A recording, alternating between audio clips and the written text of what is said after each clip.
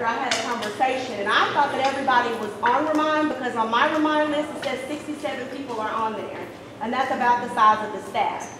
So I'm not sure if Remind is still doing something weird to where it is going to parents, because there was one time where some Reminds were going to parents, or, I mean, which was nothing but, hey y'all, just a reminder that our staff meeting is today.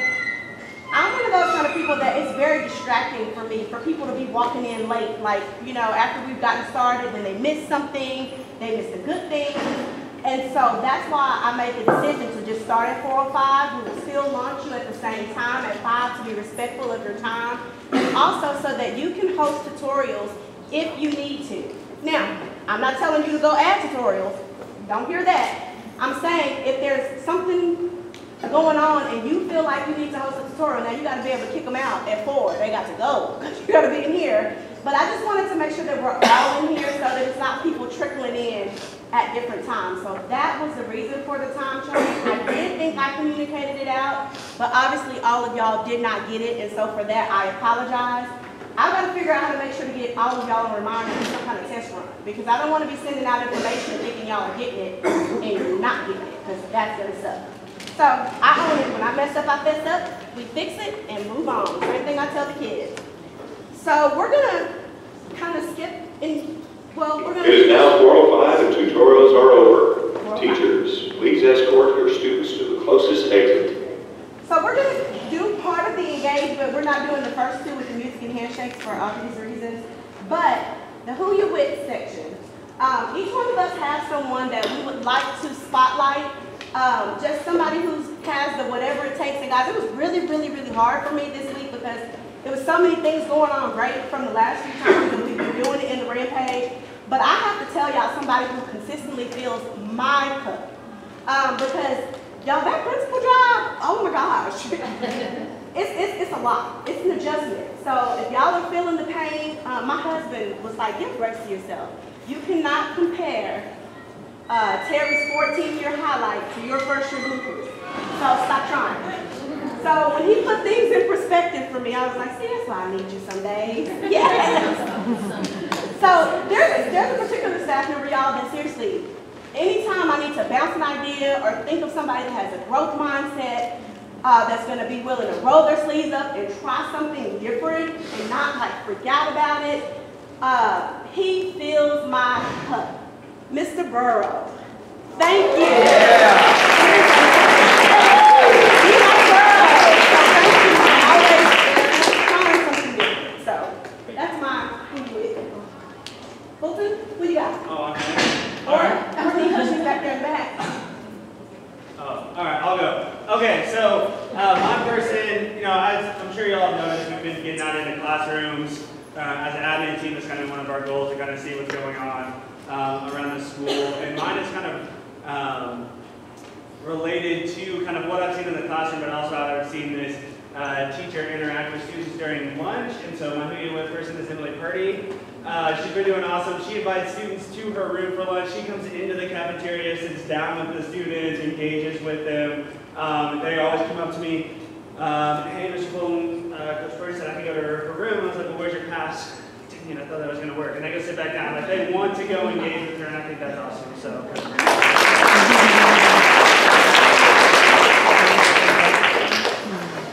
That was what we talked about lunch. Oh, Getting it together. appreciate that. All right, so I So stole. I got a second one. I'll go on the fly. I don't remember that conversation.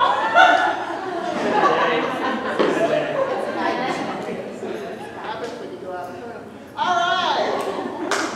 Oh, we found it. What we got? No, it's okay. It's okay. We're being awesome over here.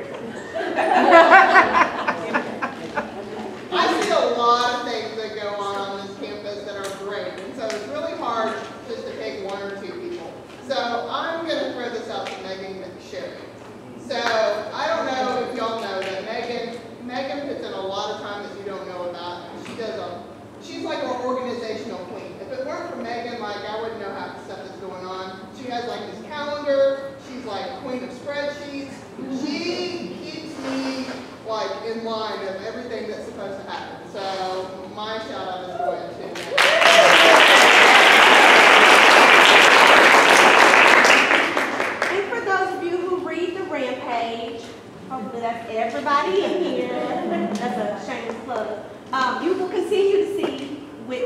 guys, we do want to celebrate the things that are going good.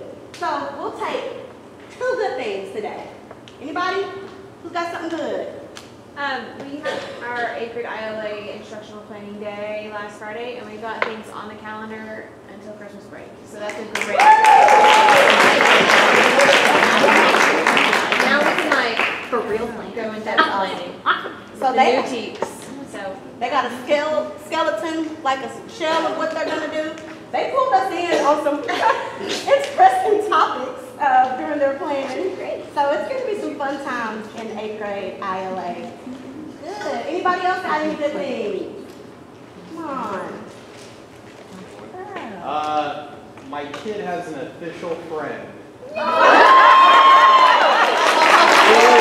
was invited to his first sleepover, and since he's struggling, kind of learning how to make friends and go through the social things, and he's found a buddy, he's finding some people as a 2nd grader, and so we're thrilled as well.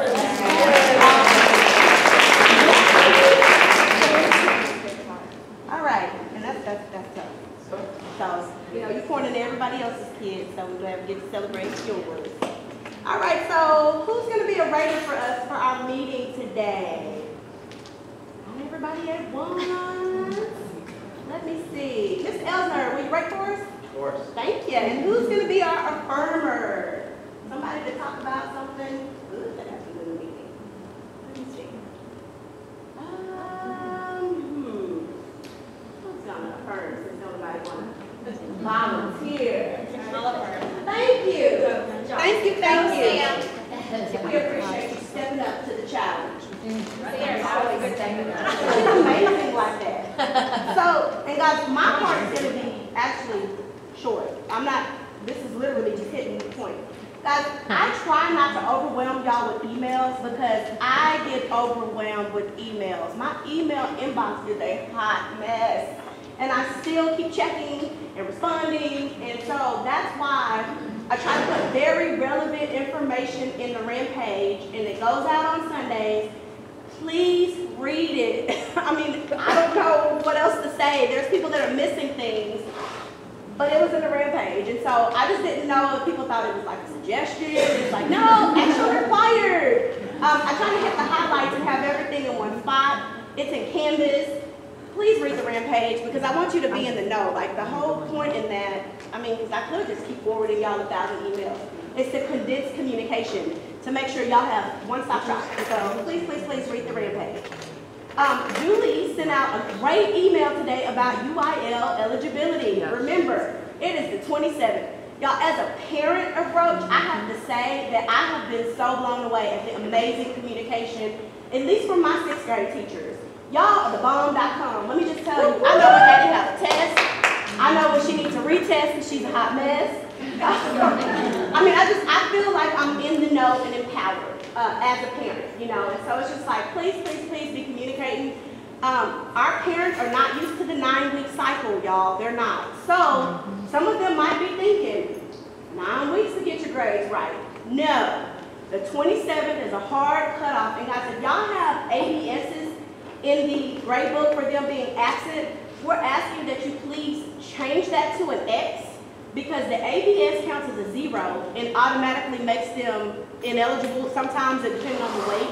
And guys, now what I got from my meeting today is if you change it to X until the UIL check is over, the following week you can change it to ABS because they need to see what life is going to look like if they don't come fix it.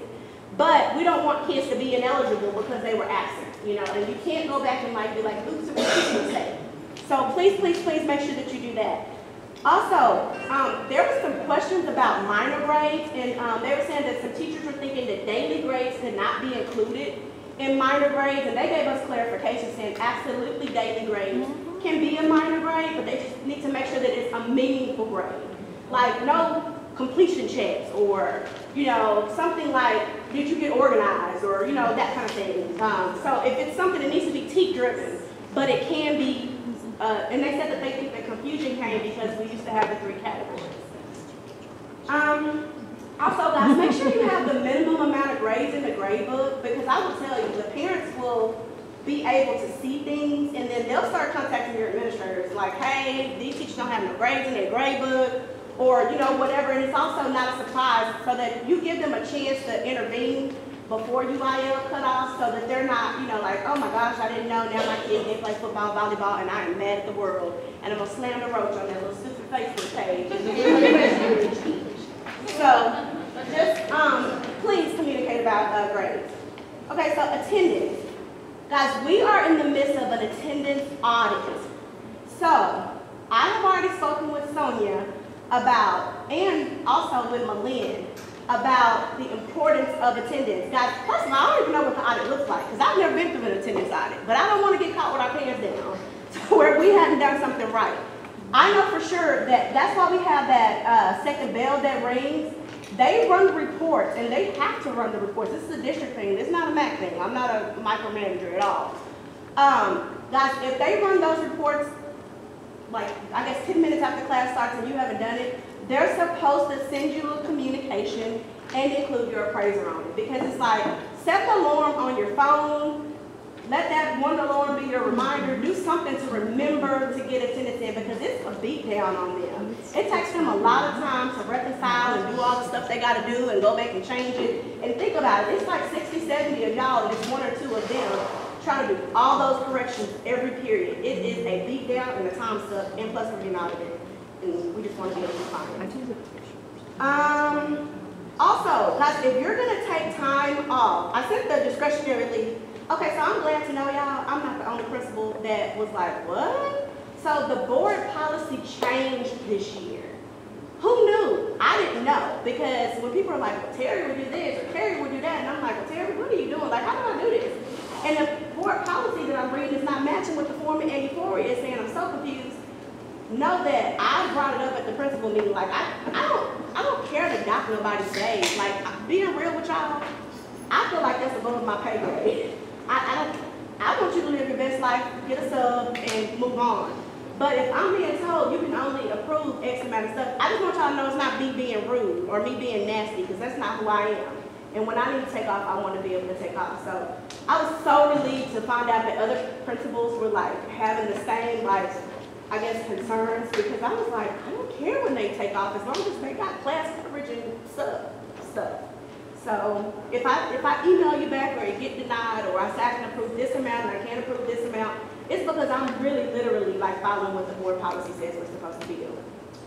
Also, y'all are gonna get an email tomorrow. Please don't delete it. It's gonna look like a spam email. And it's about ASOP and AppleTrack. It's gonna be from some company called Frontline. And it's gonna say something to the extent of, it's new credentials that you've got to update. It's because of the sub ESS system and all of that good business. Actually do what it tells you to do. I know that we normally tell y'all delete and run. Not delete and run, because then I'm gonna have to like call Melissa Fouch or somebody over at the Ed Center and try to get them to get us a new email. So tomorrow you will, and I'll try to send out a reminder not to delete the email from Frontline. But basically, if you don't update your profile or whatever, you won't be able to do something and request a sub. That's as much as I got from her. So we'll all get it. Courtney, you want to talk about the event manager? Yes, so I know that y'all know that this is coming. Well, it's finally here, so they're working on it, and they'll make you help me with this. But they have switched us over from everything on the facilities calendar to everything now in Event Manager. So, as there are single logins now that y'all can use. So you are to use your credentials and log into Event Manager when you want to reserve spaces, or when you are doing something, anything that would go on a calendar needs to go through Event Manager. So we have, and you can click on it if you want to, or you don't have to. There is a click sheet that, as Melissa said, like I said, step-by-step click sheet that is very easy to use, and it goes to the School Duke website, and you go in there and you put your event in, then it comes to myself and Elaine, and we approve it, and it goes to the calendar.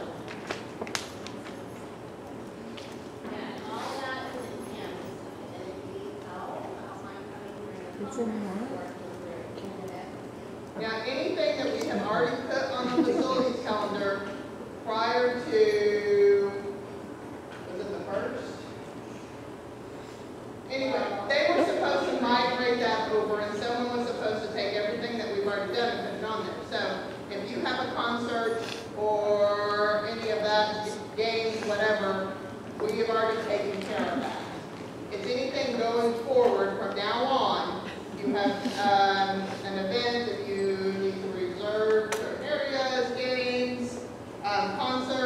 anything that has been added since you've already let me know earlier this summer, you will have to go through event manager and put it in. Now, Bill tried it out for us. He was our guinea pig, Bill. he was able to do it, and he was successful, and it went through. So I promise that once you get all your information in, it goes through. And did you get an email back, Bill, that said it was approved? I did. Thank you. So It wasn't easy, I didn't want everybody to know. There were a lot of moving parts, and it took a long time. So, I mean, you have to tell them, I mean, they're asking you, you're not just saying, hey, can I have the cafeteria on right, you December have to 11th? have dates. They want to know about air time, conditioning, doors, okay, lights, table arrangements. If you need it done, just have Bill do it. So what will happen is once you put your event in, it goes through the approval process, it gets approved, and it goes up on the calendar. There is a view, and you can see everything, and what's on the calendar. It shows up in Event Manager on the calendar view, and also lists stuff so you can look through your date to see if it's been taken. The other place to go to is also our website. Our calendar on our website is the other piece that's being updated consistently. The facilities calendar no longer is being updated consistently. It's on Google Calendar and it's on Event Manager. So those are the two places to go to if you're looking for dates, you're looking for information. Lots of change, y'all. Okay. I promise this stuff didn't come from me, even though y'all might feel like it did. One more thing about attendance, guys. A lot of you have y'all will text me or email me or one of them just saying, hey, I need to be gone. If y'all remember to do the class coverage form, that's just to keep us all accountable. I think you get like 4, isn't that how many you get? 4 periods. 4 periods or something. So just please remember to do that. It's in one of the red pages for y'all as a link, but I can send it back out too if y'all need me to, but it's there. So just remembering to do that. It is in Canvas because the red pages are in Canvas at the bottom. If you ever miss one and say, oops, y'all, and I get something similar to the red page that I have to read. So if y'all start getting a whole bunch of emails on Thursday, that's the day I get my, special. So it's still an EduCorient? Under forms, no? No, it's a Google form. It's a Google form. I'm like, Lost oh, okay. Yeah, so, yeah, no, don't do Educoria for it, because I don't want the district like, y'all know they don't know about this. Please don't get me in trouble. At least I don't think they know about this. All right, so PBIX, y'all are